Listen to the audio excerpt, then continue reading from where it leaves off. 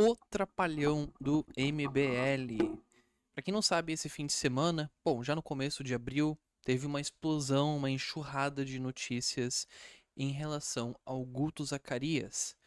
Alguns investigadores, jornalistas, que foram provavelmente patrocinados aí, tentaram achar sujeira na vida do Guto Zacarias e eles encontraram algo bem interessante. Eles encontraram um processo em sigilo, conseguiram vazar um processo em sigilo, isso é muito Brasil, aonde que o Guto Zacarias havia supostamente coagido a sua ex a abortar. Eu digo supostamente até de maneira incorreta, porque ele parece ali que tentou coagir, mas a coação chegou a não ser consumada, talvez seja o termo certo, porque eles não abortaram a criança.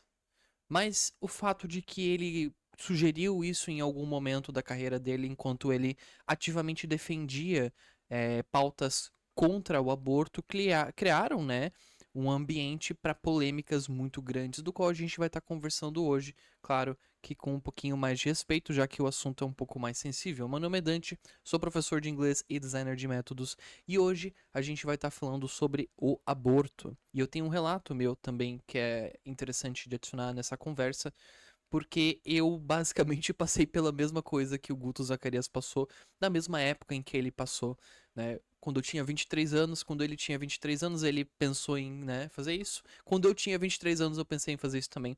Uh, eu acredito que na realidade eu tenha até cogitado e conversado várias vezes sobre isso, porque a minha namorada na época, a gente havia tomado notícias sobre possível gravidez dela e tudo mais.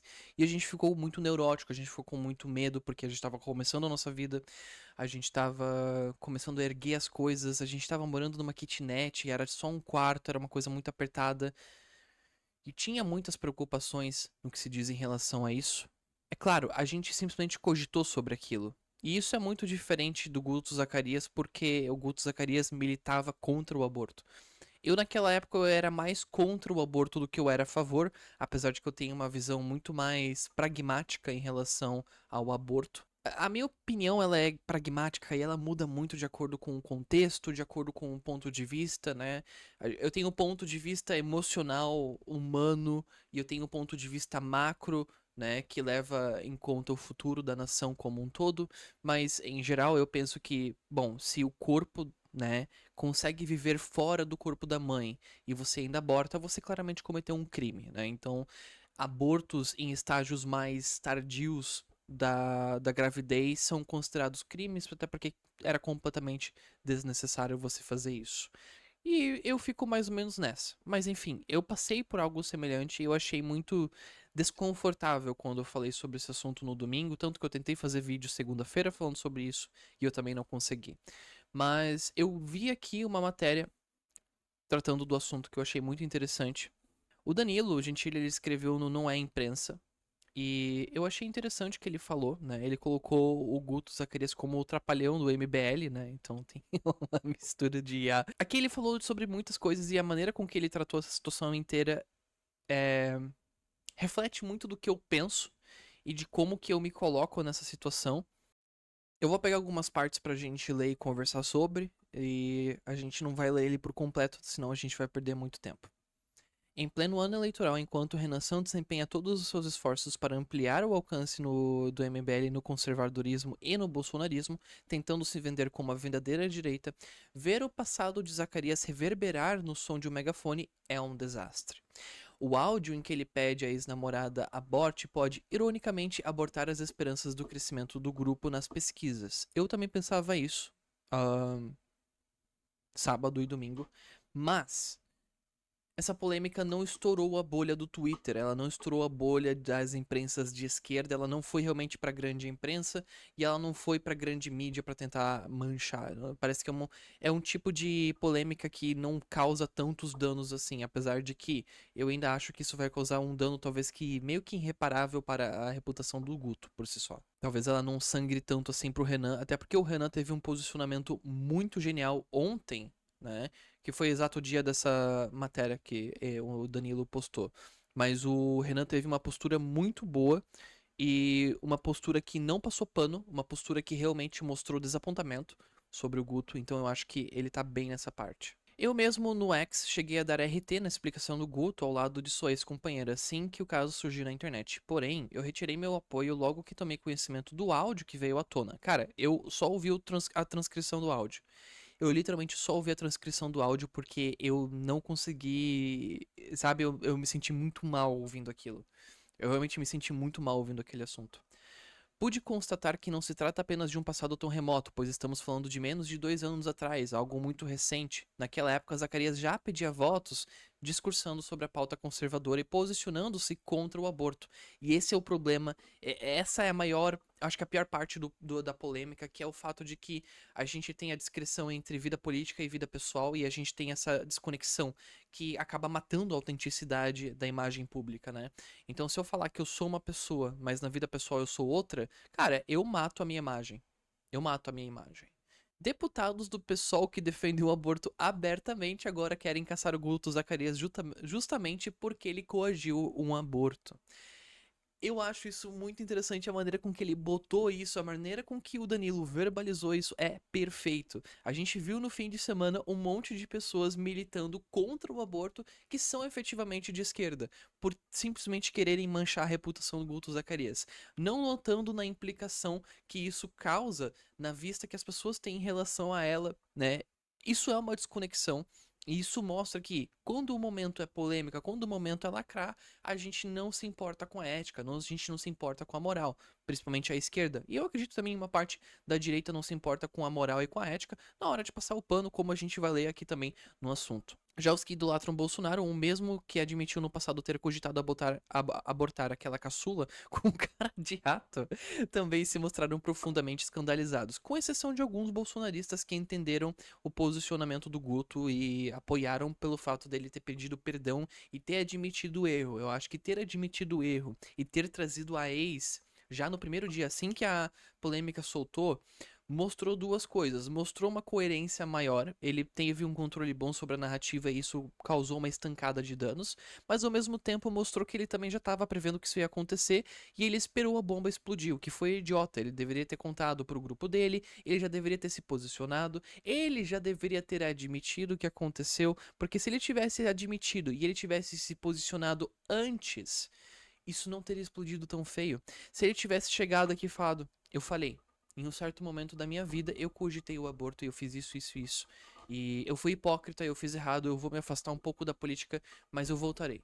Se ele tivesse feito isso há 2 semanas antes disso explodir, o qual eles sabiam que ia explodir porque eles foram investigados, eles foram entrevistados pelas máquinas de jornalismo que, na realidade, publicaram esse vazamento, né? Nada disso teria acontecido. Ele teria tomado o dano inicial, que seria muito menor do que esse dano, e estaria bem, certo? Então isso é tudo uma questão de semântica. Se você faz alguma besteira e você participa de algum grupo político, cara, é melhor com que você admita antes dele explodir. É simples. É melhor com que você admita. Se você sente que isso vai tirar mal pra você, cara, pega e fala. Seja honesto. A pior coisa que você pode fazer é ser incongruente com a sua imagem pública privada. Hoje em dia as pessoas não têm mais divisão entre isso. Não existe mais o personagem que faz o atrapalhão. Não. É o Guto Zacarias. Guto Zacarias é aquela pessoa tanto no pessoal quanto, né, no político. Não existe mais essa divisão, né, essas facetas, pelo menos no ponto de vista do público, né? E isso é muito importante. Guto afirma que falou aquilo em um momento de tensão. Mas é justamente no aperto que se separam os homens dos meninos. E eu fiquei pensando muito, por que que eu não consigo gravar sobre isso? Por que que eu não consigo falar sobre isso? E é porque eu me sentia muito agonizado, porque quando eu falava, eu não conseguia encontrar as palavras certas pra falar isso. Eu sei que ele fez errado, eu sei que eu fiz errado, inclusive. Mas isso foi uma falha de moral e isso foi um erro, né? E tem que ser admitido que, é diferente do cara ser de direita, eu sou de direita, eu apoio o manifesto político deles. Não. Ele fez errado. Ele tem que pagar um preço por conta disso, certo? Estamos exaustos de políticos que, sob pressão, decepcionam e agem apenas em benefício próprio. Esse é o tipo de liderança que sempre tivemos e não suportamos mais.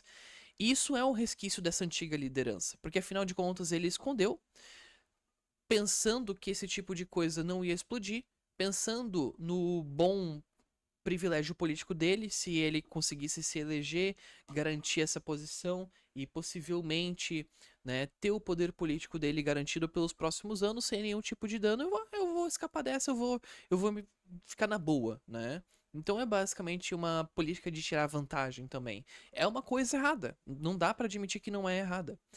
Em 2010, esse foi exatamente o tipo de conservadorismo de fachada que eu zombei no show que transmiti em frente ao Congresso. Porra, fica Serra e Dilma discutindo aborto, não é pra discutir isso agora. Agora é tarde, eu já tô aqui. Não dá pra ser radical.